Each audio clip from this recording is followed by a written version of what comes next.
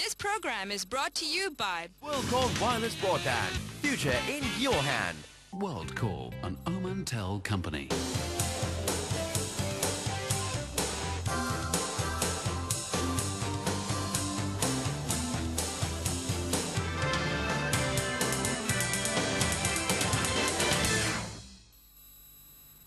This is Business Plus and you're watching the Market Show. I'm your host Tariq Khan Javed.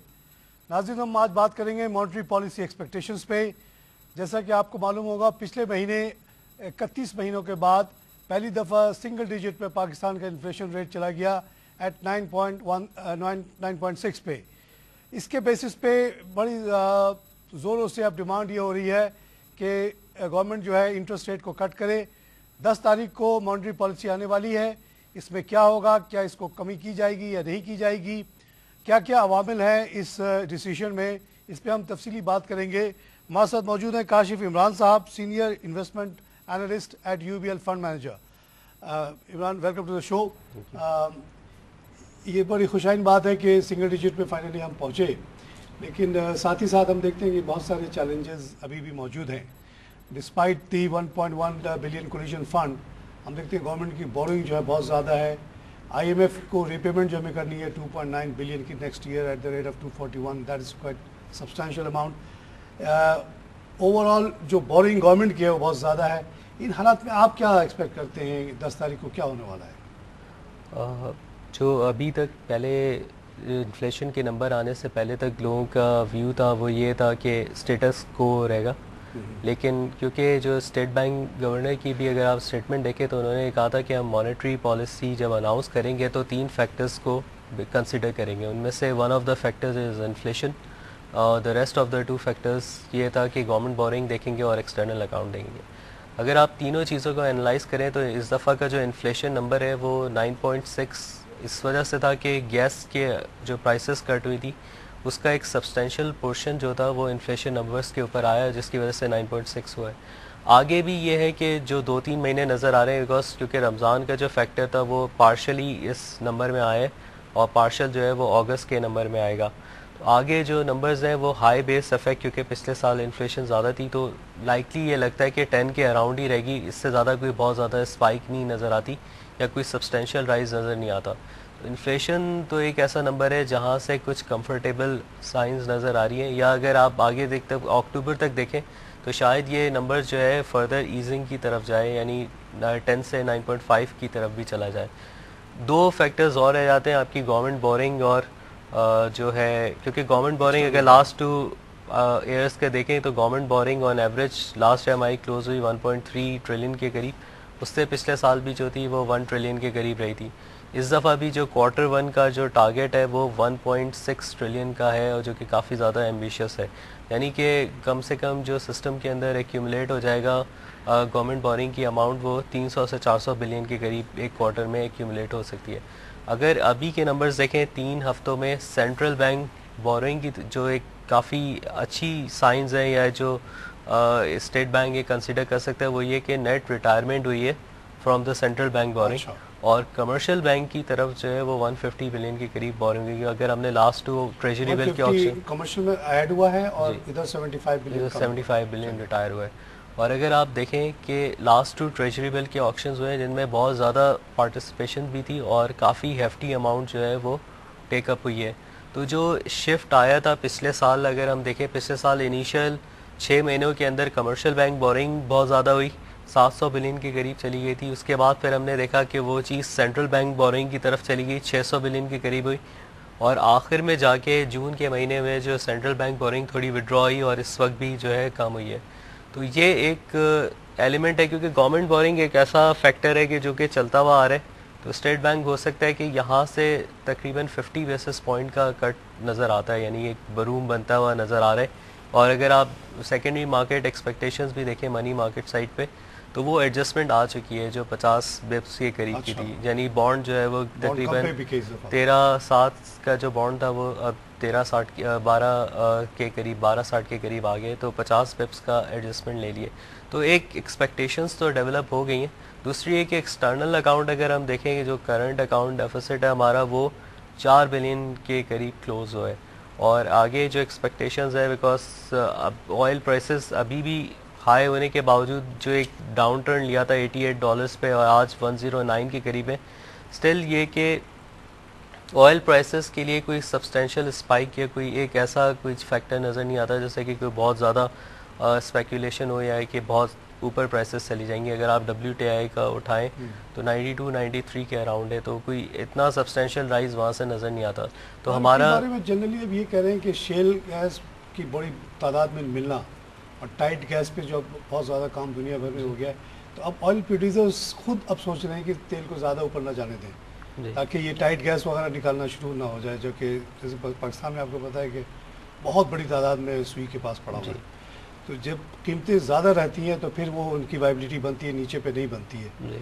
तो अब Saudi Arabia वगैरह के बारे में जो लॉन्ग टर्म सोच सुन रहे हैं वो ये है कि वो चाहते हैं कि ऑयल प्राइस 90 से ऊपर ना जाए तो बेहतर है, ताकि शेल गैस की जितनी बड़ी डिस्कवरी इस वक्त अमेरिका में हो गई है इस सब्सटैंशियल, और वो अगर वही ट्रेंड जारी रहेगा तो टोटल जो डिमांड है पेट्रोल की दुनिया में कम हो जाएगी। तो ये एक अच्छी लॉन्ग टर्म साइन आ गई है।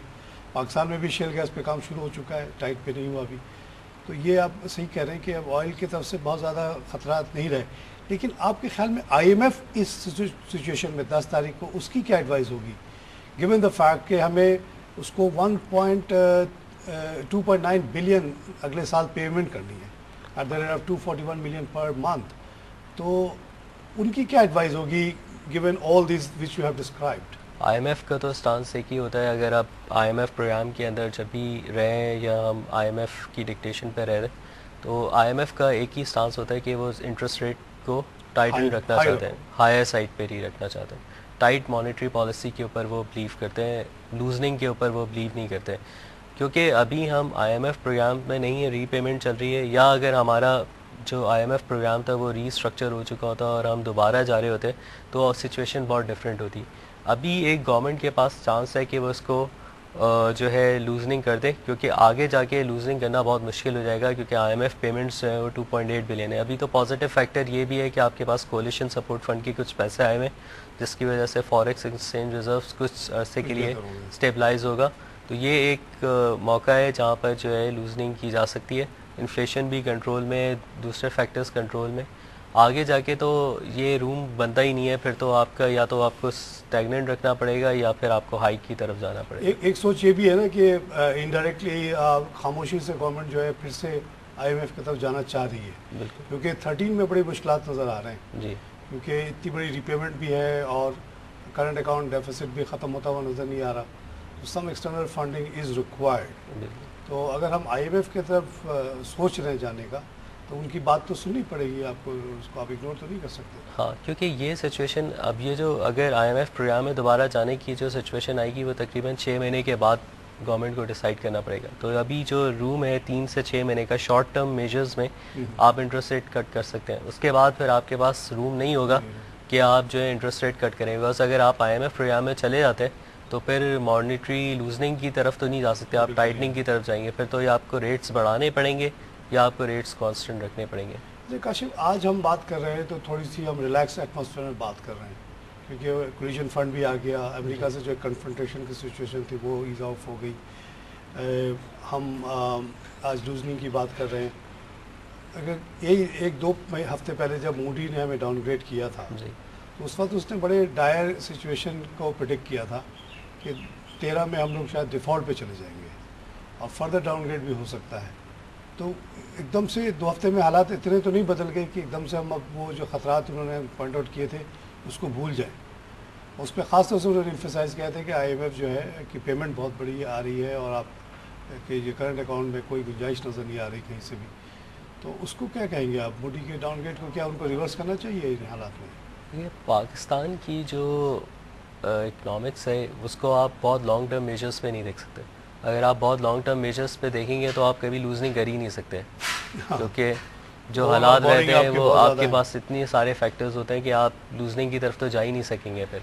क्योंकि शॉर्ट टर्म्स में अगर कोई रूम बनता है या कोई अच्छी चीज़ हो, जैसे अभी स्टेबिलिटी आ रही है, फॉरेन एक्सचेंज रिजर्व्स को जो कोलिशन के पैसे आए उससे कुछ अरसे 3 से 6 महीने के लिए एक कवर मिल गया है कि वहाँ पर लूजनिंग हो सकती है। या जो ऑयल प्राइसेस फॉर्चुनेटली जो डाउन हुई है उसकी वजह से इंपोर्ट कवर जो हमारा सॉफ्ट हो गया है, यानी कि हमारी जो इंपोर्ट थी वो 44 बिलियन के करीब थी, तो लाइकली ये लगता है कि हम 43 बिलियन या 44 बिलियन के अराउंड ही रहेंगे। तो ये जो एक सॉफ्टनिंग आई है थोड़ी सी, इस चीज़ को इनकॉर्पोरेट करने का एक ही मौका है, क्योंकि फिर आगे जाके इन्फ्लेशन हमारे हाथ से निकल जाएगा, क्योंकि अभी जो एक हाई बेस इफेक्ट है या जो ऑयल प्राइसेस के डाउन होने की वजह से एक इन्फ्लेशन स्टेबल हुआ है थोड़ा सा, और आगे भी जो नज़र आ रहा है कि अक्टूबर नवंबर तक जो है इन्फ्लेशन नंबर्स इसी रेंज में ही रहेंगे 10 के अराउंड। तो ये एक रूम है कि यहाँ पर कुछ अच्छी चीज़ की जाए, बिकॉज फिर आगे तो वही IMF की पेमेंट्स जो 2.9 बिलियन है, क्योंकि ये आपका अल्टीमेटली आपने पे तो रिजर्व से ही करना है, तो जब वो 2.9 बिलियन का प्रेशर आएगा तो आपके यही कोलिशन के पैसे उधर जा रहे होंगे, यहाँ से फिर दोबारा हम उसी पोजीशन पर आ जाएंगे। तो ये एक सिचुएशन मेरे ख्याल से ऐसी है जहाँ पर एक लूजिंग बनती है, फिर आगे जो है हालात आपको टाइट करना ये मेंटेन रखना पड़ेगा। तो आप समझते हैं कि 11% पे अगर लिया जाए डिस्काउंट? अभी 11% तो 11.5 नॉट वाइज, लेकिन 50 बेसिस पॉइंट तो 11.5 पे किया जा सकता है। लेकिन एक बात जो IMF के पास अब जब हम जाते हैं, या IMF एक इंटरनेशनल इदारा है जो ओवरऑल आपके इकोनॉमिक हेल्थ को देखता रहता है, उसी बेसिस पे सर्टिफिकेशन करता है, और उसकी सर्टिफिकेशन की बड़ी वैल्यू है, उसके बगैर आपको कहीं से लोन वोन नहीं मिलता। तो उसकी जो एक रिकमेंडेशन होती है कि गवर्नमेंट की बोरिंग कम से कम, और ख़ासतौर से स्टेट बैंक से, तो उसके बारे में आप क्या कहेंगे? क्या ये हमसे कोई दुश्मनी में ये बात कहते हैं, या ये जेन्युइन इकोनॉमिक फंडामेंटल रीज़न है कि हम गवर्नमेंट बोरिंग को कम से कम रखें टू कीप इन्फ्लेशन डाउन? देखिए, जब आपके पास नेट फॉरेन इन्वेस्टमेंट्स नहीं आ रही होती हैं, तो इन जैसे नॉर्मली लोग कह रहे थे कि डिफ़ॉल्ट हो जाएगा और ये हो जाएगा, उस वजह से कह रहे थे कि क्योंकि ना आपके पास फॉरेन डायरेक्ट इन्वेस्टमेंट्स का कोई सोर्स बन रही थी, ना कोई पोर्टफोलियो इन्वेस्टमेंट आ रही थी मुल्क के अंदर, तो जब पैसा अंदर नहीं आ रहा होता तो फिर आपको डोमेस्टिक सोर्सेज से जनरेट करना पड़ता है पैसा। अब डोमेस्टिक सोर्सेज से जनरेट करने के लिए आपके पास ऑप्शंस यही होते हैं, या तो आप सेंट्रल बैंक बोरिंग की तरफ जाएं, या आप कमर्शियल बैंक बोरिंग की तरफ जाएं। फॉर्चुनेटली हमारे पास एक अच्छा सिचुएशन, ये फॉर्चुनेट कह लें इन द सेंस कि हमारे पास कमर्शियल बैंक्स में इतनी जान थी कि वो 2 साल से जो है गवर्नमेंट को सपोर्ट करते हुए आए, और दूसरा ये कि हमारी इंटरेस्ट रेट एनवायरनमेंट इतनी कंड्यूसिव थी, या इंटरेस्ट रेट एनवायरनमेंट इतनी सूटेबल नहीं थी कि लोन्स के लिए, कि उनको अपने पैसे जो थे वो ज़्यादातर गवर्नमेंट सिक्योरिटीज़ में लगाने पड़े।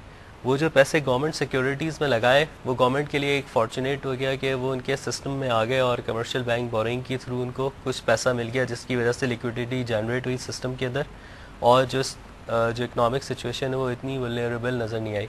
अब ऑप्शन ये था कि हमने देखा कि सेकेंड हाफ में कमर्शियल बैंक्स के पास थोड़ी सी पोजीशन टाइट हुई थी। उस सिचुएशन में क्या हुआ कि सेंट्रल बैंक की तरफ शिफ्ट चला गया, और जो कमर्शियल बैंक बोरिंग 700 पे आके रुक गई, और सेंट्रल बैंक ब्रेक लेना पड़ेगा। नाज़रीन, हम लेंगे एक छोटा सा ब्रेक के बाद फिर हाजिर होते हैं।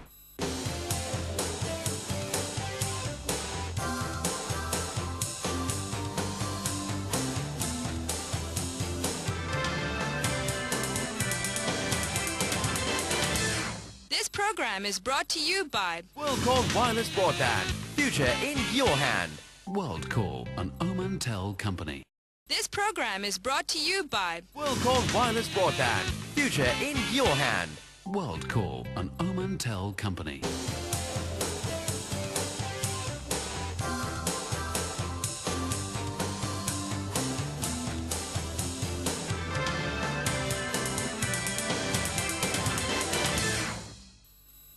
नाज़रीन, वेलकम बैक। हम बात करें मॉनेटरी पॉलिसी एक्सपेक्टेशंस पे, बेस्ड ऑन जो रिडक्शन हमारे इन्फ्लेशन के फिगर में आई, सिंगल डिजिट पे गया, एक डिमांड जनरेट हुई है कि डिस्काउंट रेट को कम किया जाए। इसी सिलसिले में बात हो रही है काशिफ इमरान साहब से। उनका ये ख्याल है कि गिवन द फैक्ट कि इन्फ्लेशन कम रहा, और ये कि long term expectation for oil is also not very high, वो कहते हैं कि एक रूम बन रहा है इस वक्त के 0.5% तक कटौती की जाए 10 तारीख को, और वो उनका ये कहना है कि शायद ये आखिरी चांस होगा, उसके बाद ये करना मुश्किल हो जाएगा, क्योंकि बाद में जो है ना हमारे डेफिसिट्स वगैरह और बढ़ने के चांसेस हैं, और फिर IMF का भी प्रेशर आ जाएगा कि इसको ना किया जाए। अभी IMF की जो हमें पेमेंट करनी पड़ रही है 241 मिलियन, वो फॉर द टाइम बिंग तो ईज़ आउट हो गई है ड्यू टू कोलिजन फंड के आने से। हम अगले 2-4 महीने तक लिए तो हमें, लेकिन बाद में हमें और दुश्वारी आने वाली, इसलिए आगे चल के ज़्यादा मुश्किल होगा कम करना। काशिफ, हम प्रोग्राम के सेकंड फर्स्ट हाफ के एंड की तरफ बात कर रहे थे कि फंडामेंटल इश्यूज जो इन्फ्लेशन का है वो टैकल करना बहुत ज़रूरी है। IMF वगैरह जो इम्फेसाइज करता रहता है इस चीज़ को, वो बिला वजह नहीं कर रहा होता, वो उनकी दुनिया भर की एक्सपीरियंस है कि इन्फ्लेशन जब होगा, इतना बड़ा डेफिसिट होगा, इतना बड़ा टैक्स टू GDP गैप रहेगा, तो ज़रूर ये प्रॉब्लम्स रहेंगी। इसके तरफ थोड़ी सी बात करें कि अभी जो बोरिंग के लेवल है वो कितना है और इसको कैसे कम किया जाए। गवर्नमेंट बोरिंग, अगर आप मैकेनिज़्म फंडामेंटली देखें, गवर्नमेंट बोरिंग हमेशा इन्फ्लेशनरी होती है, और गवर्नमेंट बोरिंग स्पेशली अगर सेंट्रल बैंक से हो रही हो, जो कि स्टेट बैंक से, जिसमें IMF हमेशा कहता है कि इसको ज़ीरो करो या इसका जो स्टॉक है वो किसी तरह से रिड्यूस करके आप इसको ज़ीरो पे ले जाएं। इवन जो है आपका स्टॉक तकरीबन 1.3 ट्रिलियन का, उसको भी ज़ीरो कर दें। उसकी रीज़न ये होती है कि ये चीज़ सिस्टम के अंदर इन्फ्लेशन लेकर आती है। अगर आप देखें, क्योंकि आपको क्या करना पड़ता है उसके लिए, प्रिंटिंग ऑफ मनी। अगर आप प्रिंटिंग ऑफ मनी करते हैं तो वो एक्सेस जो मनी सप्लाई है वो बचाए डिपॉजिट जनरेशन के, वो प्रिंटिंग ऑफ मनी की वजह से आती है। तो वो money supply, added money supply भी अगर आपकी नेट फॉरेन एसेट्स आ रही हो तो एक पॉजिटिव फैक्टर में कंसिडर की जाती है, जिसको हम M2 ग्रोथ भी कहते हैं। अगर M2 ग्रोथ जो आ रही है सिस्टम के अंदर वो आए डोमेस्टिक सोर्सेज से, और स्पेशली डोमेस्टिक सोर्सेज से क्रेडिट टू प्राइवेट सेक्टर से नहीं आए बल्कि आए गवर्नमेंट बोरिंग की तरफ से, तो वो चीज़ बहुत नेगेटिव होती है। अगर हम एडिशनल परचेजिंग पावर मार्केट में आ जाता है। बिल्कुल, लास्ट 2 इयर्स जब आप सेक्टर किसी बैंक से लेते हैं तो बैंक किसी से डिपॉजिट लेके आपको उसकी परचेजिंग पावर ट्रांसफर कर रहा होता है, तो एडिशनल परचेजिंग पावर मार्केट में नहीं आती। बिल्कुल। जबकि जब आप नोट छाप देते हैं तो जो लोग मार्केट में मौजूद हैं अपने पैसे के साथ वो हैं, साथ साथ कुछ नए लोग आ जाते हैं मार्केट में जिनको नहीं आना चाहिए था, और because of fresh note they get in their hand they come, तो उससे इन्फ्लेशन होता है। ये आपका कहना है? जी, यही IMF का भी स्टैंड है। IMF का भी IMF क्योंकि ज़्यादातर स्टेट सेंट्रल बैंक बोरिंग के ऊपर खिलाफ है और सेंट्रल बैंक बोरिंग नहीं चाहता है। उसकी रीज़न यही है कि बहुत ज़्यादा मनी अब अगर हम लास्ट 2 इयर्स देखें तो हमारी जो M2 ग्रोथ है वो मेनली जो ड्राइव कर रही है वो सिर्फ डोमेस्टिक बोरिंग की वजह से, यानी गवर्नमेंट बोरिंग की वजह से, और वो भी स्पेशली सेंट्रल बैंक बोरिंग जो कि लास्ट ईयर तो काफ़ी हेफ्टी थी। इससे पहले तो हम IMF प्रोग्राम में तो हमें नज़र नहीं आई थी, तो उसकी ही वजह से आ रही है। अगर आप डिपॉजिट ग्रोथ भी देखें जो सिस्टम में 14% के अराउंड, हम लास्ट 3 इयर्स को अगर हम देखें तो वी आर अबव 14% मार्क। तो वो जो 14% ग्रोथ डिपॉजिट में आ रही है वो ज़्यादातर इसी गवर्नमेंट बोरिंग की वजह से जनरेट हो रही है। तो ये चीज़ जो है इन्फ्लेशनरी होती है और ये आपके इन्फ्लेशन के ऊपर इम्पैक्ट डालती है। लेकिन आगे क्योंकि दूसरे फैक्टर्स ऐसे हैं जिस पे फूड, अगर आप देख लें कमोडिटी प्राइसेस चूँकि पाकिस्तान के अंदर एक मसला ये रहा था कि फ़ूड इन्फ्लेशन बहुत हाई था। इस दफ़ा का जो नंबर आया उसमें फ़ूड इन्फ्लेशन 9% है। तो वो जो फूड का इन्फ्लेशन का जो है, क्योंकि अगर आप CPI जो नंबर है जो हमारा 9.6 है, ये कंज्यूमर प्राइस इंडेक्स है, ये बेसिकली इसके अंदर दोनों के इम्पैक्ट आ जाता है, फूड भी आ जाता है। और फूड की जो इसके अंदर बास्केट वो तकरीबन 40% होती है। तो वहाँ से भी ये है कि कमोडिटीज़ में कोई बहुत ज़्यादा ग्लोबली अभी नज़र नहीं आता कि बहुत ज़्यादा स्पाइक होगी, तो वो चीज़ भी रिफ्लेक्ट नहीं कर रही है। तो वहाँ से भी एक ईज ऑफ आ रहा है जो कि इन्फ्लेशन नंबर में अभी नज़र आ रहा है। अगर हम ऑयल प्राइसेस को निकाल भी दें तो अगर या तो कोई एक्स्ट्रॉर्डनरी, जिस तरह अभी ये सिचुएशन बन रही है कि वीट के अंदर कोई बहुत एक्स्ट्रॉर्डनरी स्पाइक आ जाती है ड्यू टू कोई रीजंस की वजह से, तो फिर इन्फ्लेशन आउट होने का चांस होता है, क्योंकि वो एक सब्सटेंशियल इम्पैक्ट डालता है और स्पेशली द मेजर क्रॉप्स की जो कंपोजिशन होती है वो ज़्यादा होती है। आपकी बातों से ऐसा लग रहा है कि जैसे कि ऑयल प्राइस में भी हम कह रहे हैं कि बहुत ज़्यादा बढ़ने के चांसेस खास, और साथ साथ कमोडिटीज़ जो दूसरे वो भी इतने, लेकिन जो अभी जो इन्फ्लेशन का जो मेन फैक्टर है वो गवर्नमेंट बोरिंग ही है जी, उसी को उसको टैकल करना है। इस सिलसिले में आज एक कमान बड़ी इंटरेस्टिंग न्यूज़ है। वो एक तो ये है कि tax missionary shake up 23 senior official transferred. Indian revenue और कस्टम से ग्रेड 2021 के 23 ऑफिसर्स को इन्होंने रिशफल किया है। आप क्या समझते हैं FBR जो हमारा जिस तरह से भी चल रहा है, जो इतना फंड जनरेट नहीं कर पाता जिससे मुल्क चले, जो रिजल्ट करता है into government boring from state bank, इसमें आप समझते हैं कि मेजर तब्दीली की ज़रूरत है, इनकी आउटलुक को चेंज करने की ज़रूरत है? मेरे ख्याल से तो बहुत फंडामेंटल जो हमारा इशू है रिवैम्प करने की ज़रूरत है FBR को। स्पेशली FBR की जो स्ट्रेटजी होनी चाहिए वो प्रोग्रेसिव टैक्सेशन सिस्टम पे होना चाहिए, यानी कि आप रिच जो लोग हैं या अमीर लोग हैं उनसे आप टैक्स लें और वो जो है गरीब की तरफ लेकर जाएं, या आप पुअर को सर्वाइव करें, या जो दूसरे आप अगर आप फिस्कल साइड पे भी रेवेन्यू जनरेट कर रहे हैं तो वो ज़्यादातर जनरेट करें आप रिच की तरफ से। हमारे यहाँ जो सिस्टम है वो दूसरा है। अभी तक हम मेरे ख्याल से ग्रास रूट लेवल पे या वो हम जो FBR है वो सिस्टम नहीं ला सका ड्यू टू जो भी हमारा जो सिस्टम ऐसा है या फ्यूडल सिस्टम है या जो भी हर्डल्स हैं कि वो चीज़ इम्प्लीमेंट नहीं हो पाती। इस दफ़ा का नंबर देखें, हमारी जो रेवेन्यू कलेक्शन हुई है वो 1881 बिलियन के करीब है, यानी 1.8 ट्रिलियन है, और हमारा जो टारगेट था वो 1.952 ट्रिलियन था। तो हमने तकरीबन 71 बिलियन का शॉर्टफॉल किया है इस साल भी, और अगले साल जो टारगेट है हमारा वो उससे भी ज़्यादा एम्बिशियस है, 2.361 ट्रिलियन है। अब इसके अंदर ये है कि FBR को 2.361 ट्रिलियन करने के लिए रिच प्रोग्रेसिव टैक्सेशन सिस्टम को लाना पड़ेगा। अगर पॉलिटिकल इशू है ना, ये पॉलिटिकल इशू है, ये हमारे पार्लियामेंट की तरफ से डायरेक्शन ना हो कि जी हमारे मेंबर्स पे टैक्स ना लगाओ, जो 70-80% तो वही बैठे हुए जो आपने फ्यूडल का वर्ड यूज़ किया है, that is very appropriate in the case of Pakistan, कि वो क्लास कहती है कि जी हम टैक्स का जो बेनिफिट होगा वो तो हमें सब मिलना चाहिए, यानी कि जो टैक्स कलेक्ट हो रहा है, खर्च हो रहा है, तो उसका ज़्यादातर पैसा उनके थ्रू जाता है as M&A MPA, they get money for the projects, मगर don't take any tax from us, चाहे वो एग्रीकल्चर के फॉर्म में हो या किसी और फॉर्म में हो। तो ये तो पॉलिटिकल इशू है, लेकिन आप ये रेज करना आपके लिए या मेरे लिए बहुत ज़रूरी है कि जो अभी सिस्टम है कोई ज़रूरी नहीं कि हमेशा कंटिन्यू करें। जो नए इलेक्शंस होंगे, लोग चाहें तो इसको चेंज कर दें, आम लोगों को वोट दे दें और ये मामला बदल सकते हैं। नई लीडरशिप सर उठाने के लिए तैयार खड़ी है, उनको कुछ आइडियाज़ हम फ्रेश दे सकें। तो ये प्रोग्रेसिव टैक्सेशन की तरफ जो आपकी बात है, आप just for the sake of may be future leaders कुछ बताएं कि कौन से टैक्स लगाए जाए जो प्रोग्रेसिव कहेंगे और कौन कौन से टैक्स घटाए जाए ताकि आम आदमी को रिलीफ मिल जाए। अगर आप देखें, अगर जो नए लीडर्स आना चाहते हैं या जो लीडर्स देखना चाहते हैं उनके लिए सबसे अच्छी एग्जांपल्स हैं इंडिया को देखने की। वहाँ पर भी और हमारी सिचुएशन तकरीबन एक ही जैसी थी आज से कुछ अरसे पहले।